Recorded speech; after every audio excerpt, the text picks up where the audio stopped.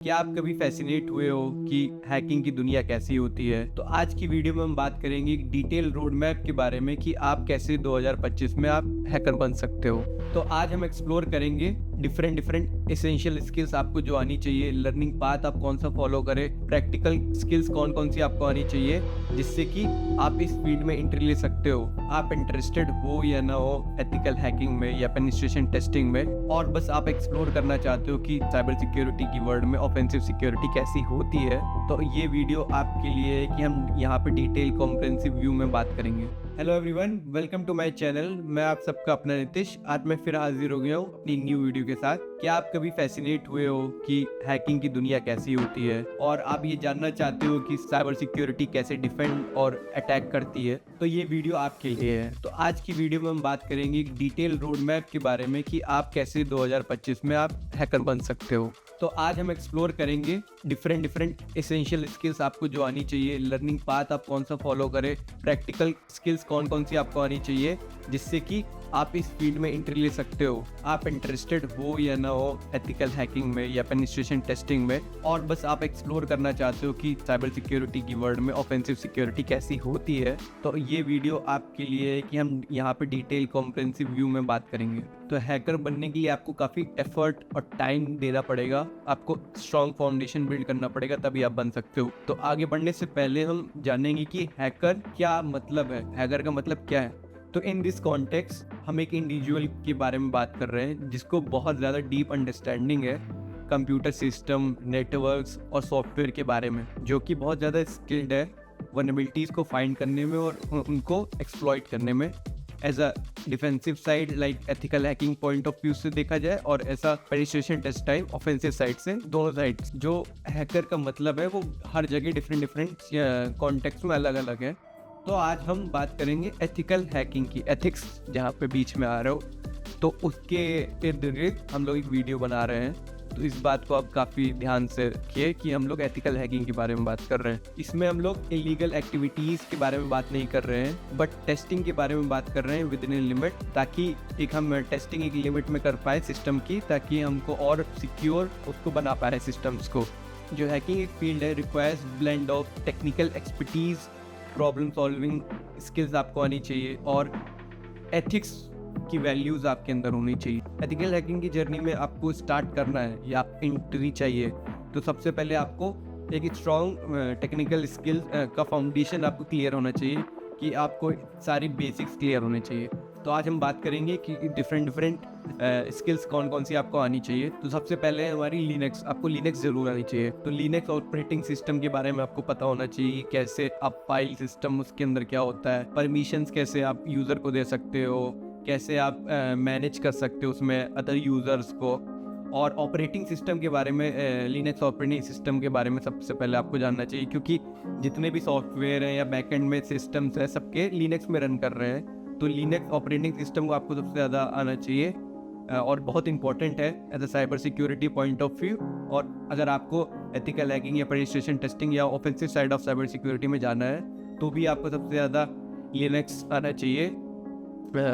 और आपको लिनक्स कहाँ से सीखना है, डिफरेंट यूट्यूब चैनल आप वहाँ से सीख सकते हो लिनक्स के फाउंडेशंस, कमांड्स, और आपको प्रैक्टिकल टेस्ट करना है कि मुझे प्रैक्टिकली कैसे करना है, तो आप VMware पे भी चला सकते हो।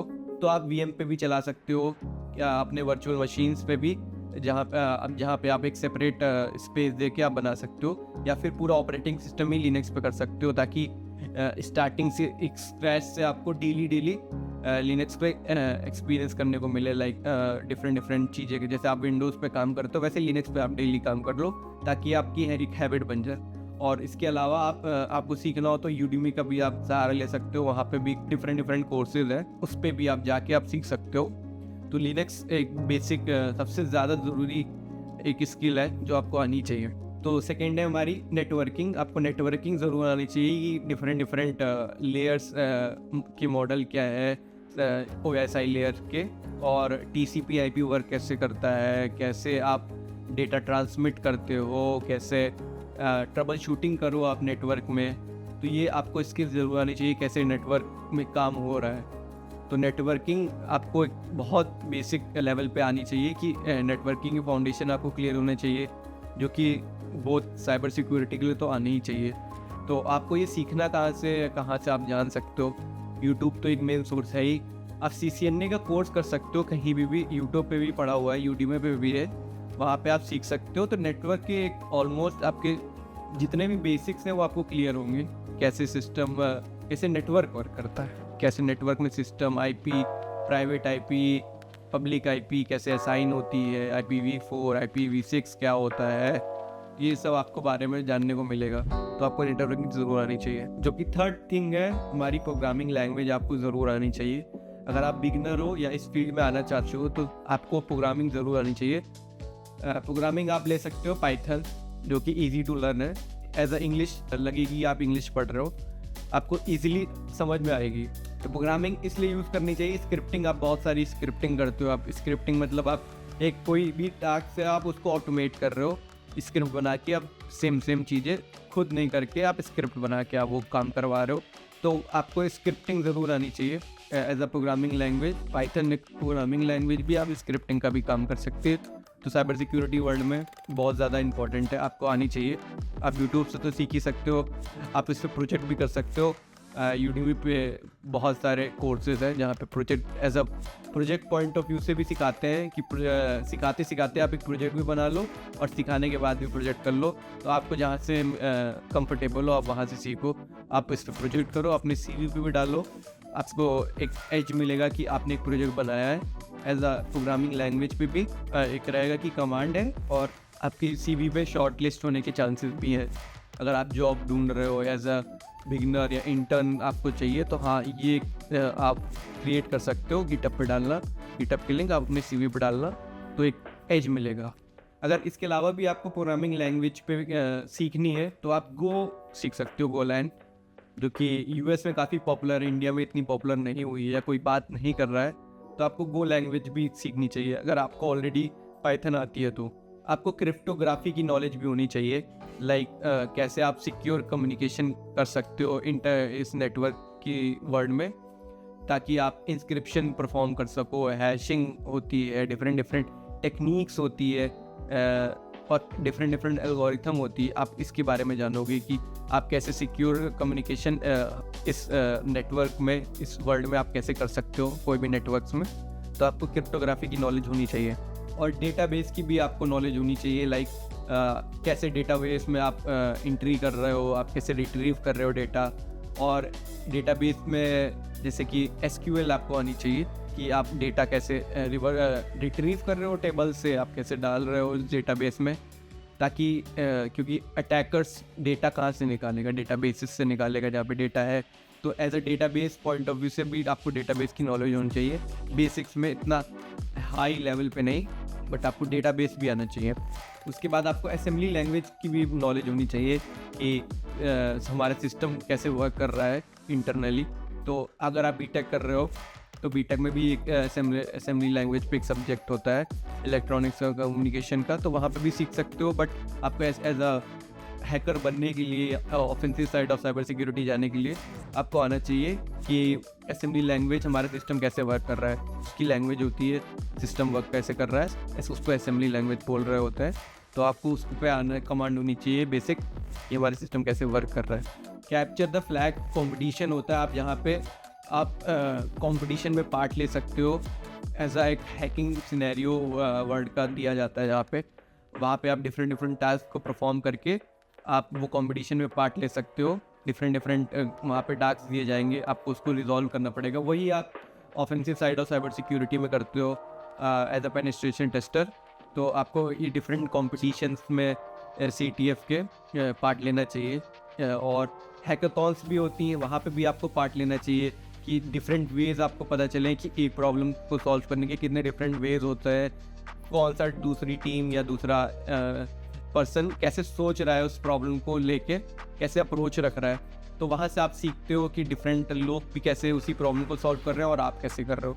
तो आपको कंपटीशन के साथ प्रैक्टिकल एक्सपीरियंस के साथ डिफरेंट नेटवर्क के लोगों से आपको सीखने को मिलेगा कि कोई भी बंदा कैसे कर रहा है उस एक्टिविटी को, कैसे अप्रोच फॉलो कर रहा है। तो आपको वहाँ से भी आपको काफ़ी हेल्प मिलेगी अपनी अप्रोच बेटर करने के लिए और अपनी प्रॉब्लम सॉल्विंग स्किल्स को आप बढ़ा सकते हो वहाँ से भी। और डिफरेंट डिफरेंट प्लेटफॉर्म होते हैं जहाँ आप एज अ पेनिट्रेशन टेस्टर या हैकर पॉइंट ऑफ व्यू से आप वो काम कर सकते हो, लाइक ट्राई हैक मी और हैक द बॉक्स। ये दोनों प्लेटफॉर्म आपको एक रियल टाइम एक्सपीरियंस देंगे कि एज अ पेनिट्रेशन टेस्टर या हैकर आप कैसे कौन सा टास्क आप कर रहे हो, लाइक जो कि वो रियल वर्ल्ड में कर रहे होते हैं। तो वहाँ छोटे छोटे आपको टास्क होते हैं, धीरे धीरे आप वो रिजॉल्व करते जाओ, तो आप एक better experience point of view, आपको एक एक्सपीरियंस मिलेगा कि कैसे रियल वर्ल्ड में प्रॉब्लम सॉल्व होती है, और आपको धीरे धीरे आपको प्रैक्टिस होगी, तो आप एक बेटर हैकर बन सकते हो इन दोनों प्लेटफॉर्म का यूज़ करके, जो कि बहुत पॉपुलर है।